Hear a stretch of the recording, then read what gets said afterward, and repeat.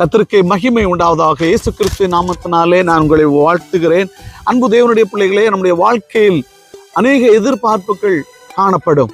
நம்முடைய பிள்ளைகளுடைய வாழ்க்கையில் ஒரு எதிர்பார்ப்பு, நம்முடைய வாழ்வாதாரத்தில் ஒரு எதிர்பார்ப்பு. வேதம் என்ன சொல்லுகிறது? எரேமியா 29வது அதிகாரம் 11வது வசனம், நீங்கள் எதிர்பார்த்திருக்கும் முடிவை உங்களுக்கு கொடுக்கும்படிக்கு நான் உங்கள் பேரில் நினைந்திருக்கிற நினைவுகளை அறிவேன் என்று கர்த்தர் சொல்லுகிறார். அவைகள் தீமைக்கல்ல, சமாதானத்துக்கு ஏதுவான நினைவுகளே. கர்த்தருடைய நினைவுகள் தீமையான நினைவுகள் அல்ல.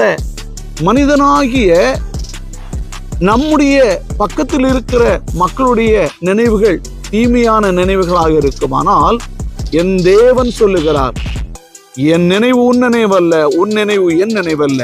அவருடைய நினைவுகள் நம்முடைய வாழ்வில் இருக்கிறதான தீமைகளை விலக்கி நம்மை காக்கும்படியான நினைவுகளாக இருப்போம். நானும் நல்ல நினைவோடு இருப்போம்.